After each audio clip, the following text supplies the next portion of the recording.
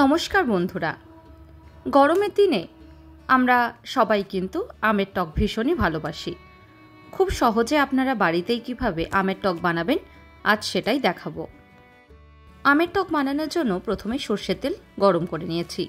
এবার দিয়ে দিচ্ছি 1 চামচ সর্ষে আর 2টো শুকনো লঙ্কা। ফোড়নটা দিয়ে কিন্তু খুব ভালো করে ভেজে নিতে হবে। গ্যাসের ফ্লেমটাকে এই সময় লোতে করে রাখবেন, না তো সর্ষেগুলো কিন্তু ফুটতে থাকবে।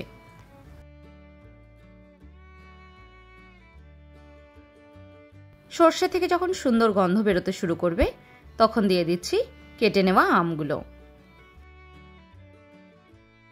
কাঁচা আমের টকের জন্য কিন্তু অবশ্যই ছোট আমের ব্যবহার করবেন। 2 মিনিটের জন্য আমটাকে নেড়ে চেড়ে নিয়েছি।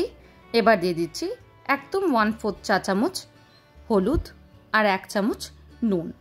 খুব ভালো করে এবার কিন্তু হলুদ আর নুনটাকে মিশিয়ে নেব।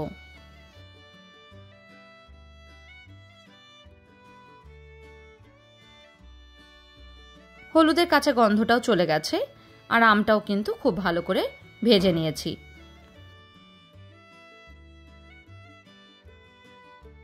আমটাকে খুব ভালো করে ভেজে নিয়ে তার মধ্যে দিয়ে দিচ্ছি 1 গ্লাস পরিমাণে জল।